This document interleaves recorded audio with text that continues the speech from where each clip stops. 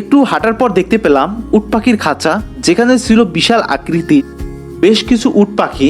উট পাখিদের সাথে দেখতে পেলাম তাদের বিশাল আকৃতির উট পাখির ডিম, যেগুলো বেশ বিশাল আকৃতির ছিল।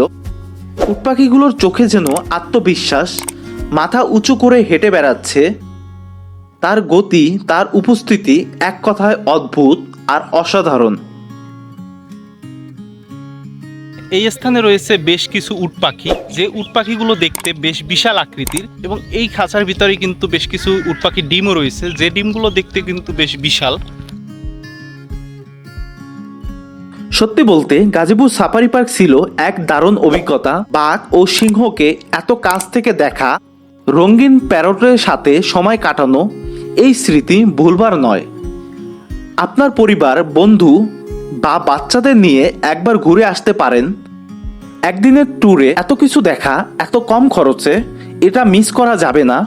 ভিডিও ভালো লাগলে একটা লাইক দিন, কমেন্টে জানান কেমন লাগলো, আর চ্যানেল সাবস্ক্রাইব করতে ভুলবেন না।